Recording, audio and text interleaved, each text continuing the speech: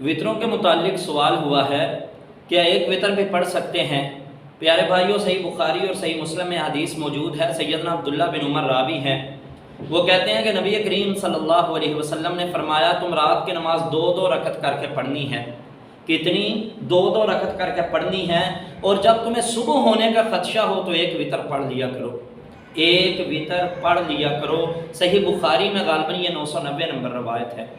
اسی طرح سنن نبی داؤد، سنن ابن ماجہ، جامع ترمذی کے اندر بھی روایت ہے۔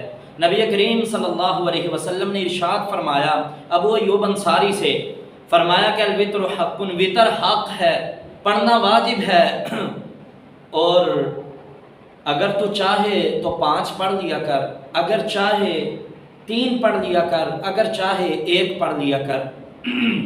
اسی طرح دوسری حدیث کے اندر آتا ہے کہ اے ابو ایوب انصاری، اگر تو چاہے تو وطر 7 پڑھ لیا کر، 5 پڑھ لیا کر، 3 پڑھ لیا کر، 1 پڑھ لیا کر۔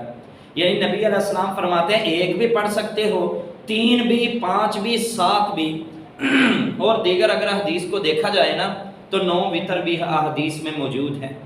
لیکن بعض لوگوں نے جو اپنے اوپر 3 وطر مسلط کر لیے ہیں کہ 3 سے نہ کم کرنے نہ زیادہ کرنے ہیں، تو میرے بھائیو یہ حدیث کا مزاج نہیں ہے۔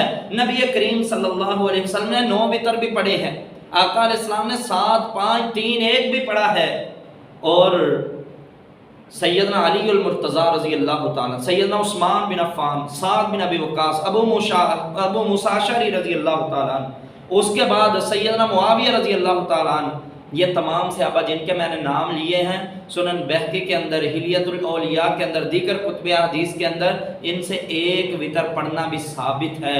یہ بلکہ اکثر ایسے ہوتا کہ جب بھی آپ رضوان اللہ علیہم اجمعین مدینہ سے باہر ہوتے تو 1 وطر ہی ادا فرمایا کرتے تھے۔ تو 1 وطر پڑھنا یہ حق ہے، ثابت ہے نبی علیہ السلام کے حدیث سے، اور 5 پڑھنے بھی، 7 پڑھنے بھی، 9 پڑھنے بھی، یہ نبی علیہ السلام کے حدیث سے ثابت ہے۔